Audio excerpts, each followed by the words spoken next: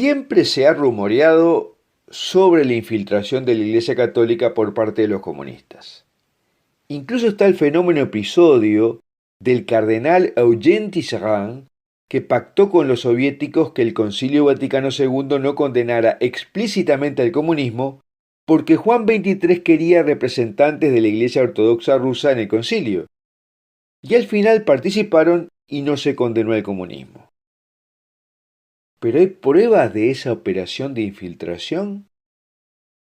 La infiltración comunista en la Iglesia Católica no fue una teoría de la conspiración, sino una operación de la que hay abundantes pruebas. Aquí hablaremos sobre los principales testimonios y pruebas que hay sobre la operación de infiltración de la Iglesia Católica por parte de los comunistas, especialmente del testimonio de Bella Dodd, una norteamericana que llegó hasta los puestos más altos del Partido Comunista de su país y operó esta infiltración.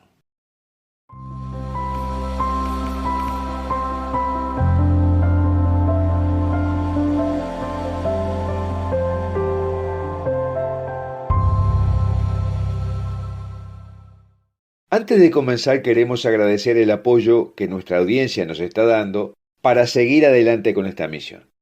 Les recordamos además suscribirse a la newsletter de Foro de la Virgen María y a nuestro canal de Telegram, que tiene materiales que no se pueden hacer circular por las redes más grandes. Los links están en la descripción de este video. Y sugerimos suscribirse a este canal de YouTube, darle un me gusta a este video y compartirlo con tus amigos. Ahora, hay una gran cantidad de testimonios sobre la infiltración de los seminarios de la Iglesia Católica por parte de los partidos comunistas durante la Guerra Fría.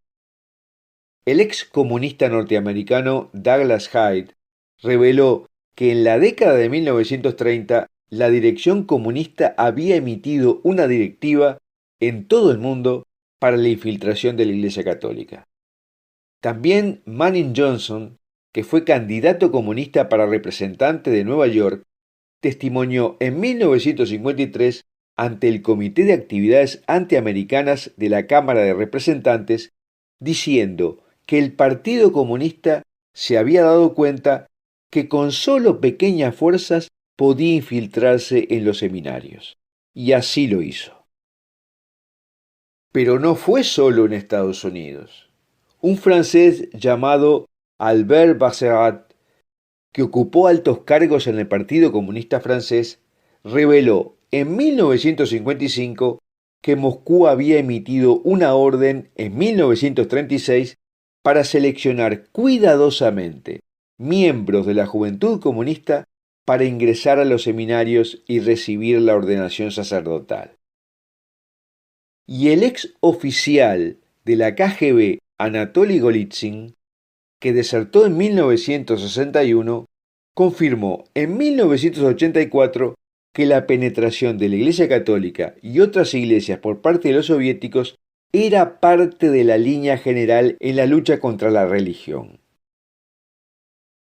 El ex archivista de la KGB, Vasily Mitrokhin, publicó en 1999 cientos de archivos secretos que cuentan una historia similar acerca de la KGB, que cultivaba relaciones lo más estrechas posibles con los católicos progresistas y financiaba sus actividades.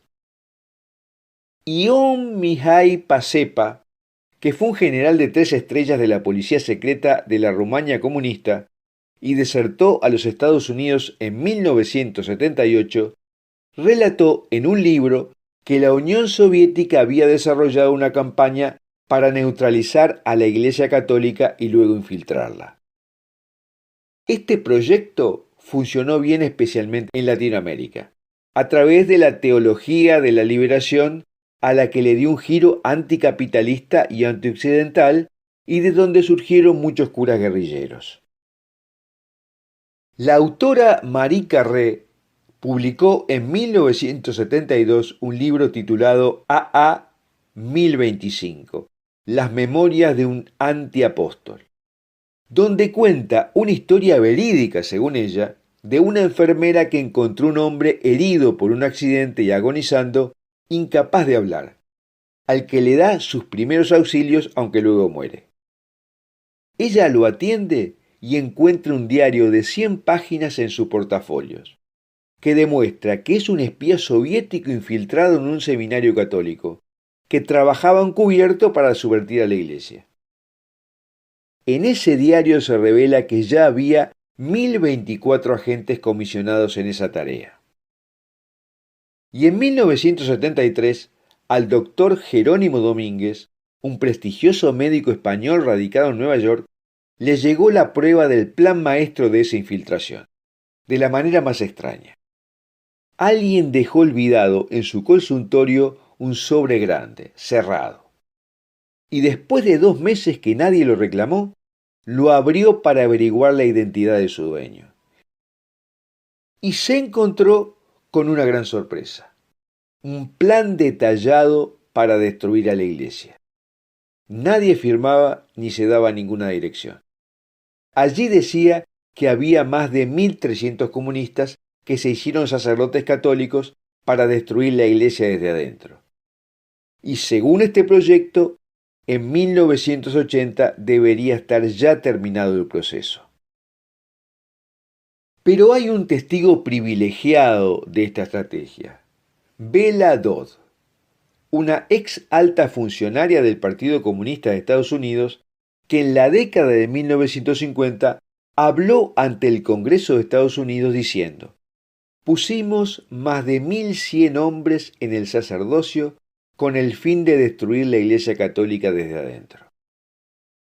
El plan fue que estos hombres fueran ordenados y progresaran en posiciones de influencia y autoridad como monseñores y obispos.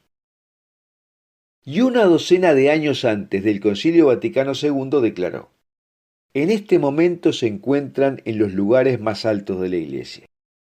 Y en una conversación con Alice von Hildebrand, Bela le dijo que había 4 cardenales en el Vaticano que estaban trabajando para los comunistas.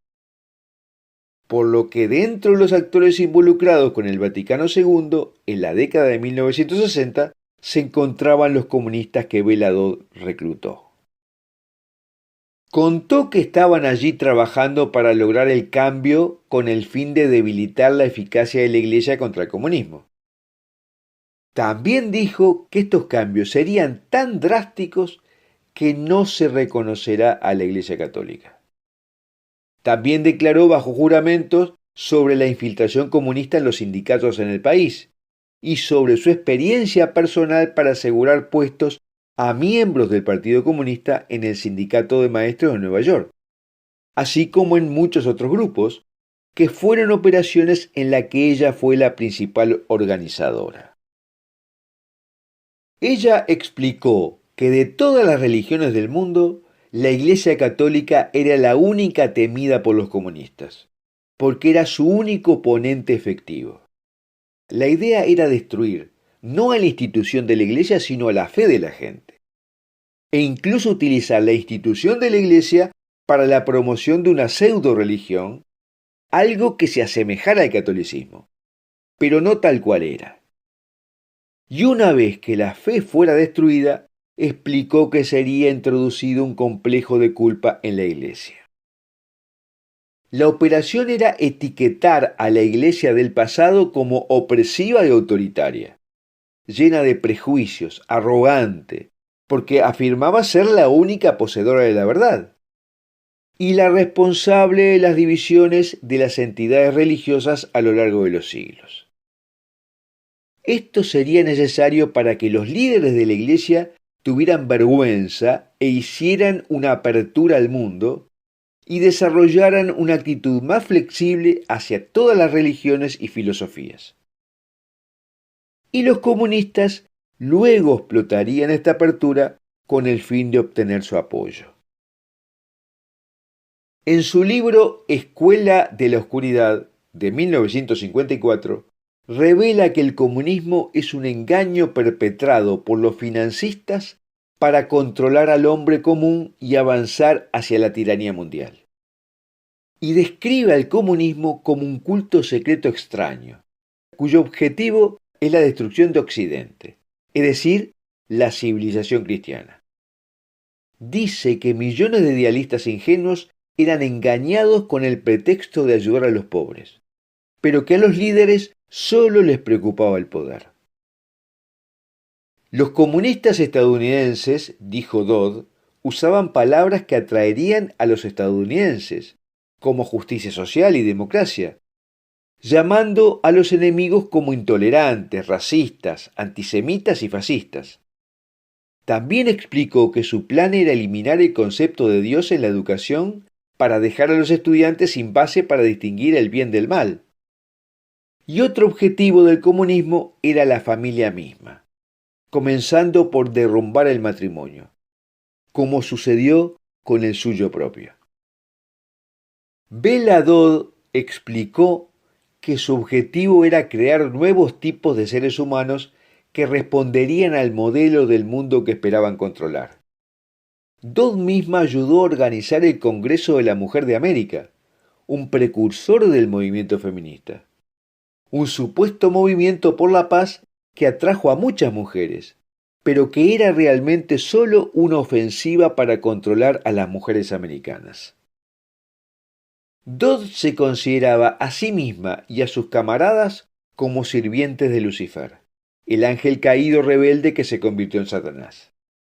Y cuando Bela dejó el Partido Comunista, la enchastraron de todas las formas posibles. La llamaron racista, fascista, nazi, antisemita, etc. Intentaron cancelarla, como dicen hoy. La amenazaron y vivía bajo constante acoso. Sin embargo, reaccionó sin miedo. Cuando se sintió completamente perdida, conoció al obispo Fulton Sheen, quien la ayudó a encontrar el camino de regreso a casa. Cuando se reunió con el obispo Fulton Sheen por primera vez, la llevó a una pequeña capilla en su casa a rezar ante una imagen de la Virgen y le dio un rosario. Ella recordó: él solo me dejó llorar, y luego, sin darme cuenta, descubrí que ambos estábamos de rodillas ante la Santísima Madre en la pequeña capilla. Y Sheen le dijo: Bela, si quieres proteger a las personas a las que dices que amas, a la gente de este país y a todos los seres humanos del mundo, entonces, para hacer las cosas bien, debes saber algo sobre el cristianismo. Sheen la bautizó a Dodd en la Catedral de San Patricio, en la ciudad de Nueva York, en 1952, en el aniversario del cumpleaños de su madre. Y él estaría allí nuevamente para darle los últimos ritos antes de que muriera en 1969. Y una vez que Bela se separó del diablo, hizo todo lo contrario. Le dijo a Fulton Sheen: quiero entrar en la orden penitencial más estricta que existe para pagar por mis pecados. Pero él respondió: no, te ordeno que disertes sobre el comunismo, porque nuestra gente está ciega. Están totalmente ciegos a los peligros del comunismo. Y fue justo lo que hizo hasta su muerte. Se comprometió a advertir al mundo, divulgando todo lo que sabía por haber estado en los puestos más altos del Partido Comunista de los Estados Unidos. Bueno, hasta aquí lo que queríamos hablar sobre el testimonio de Bela Dodd y también de otros de la infiltración de los comunistas dentro de la Iglesia Católica.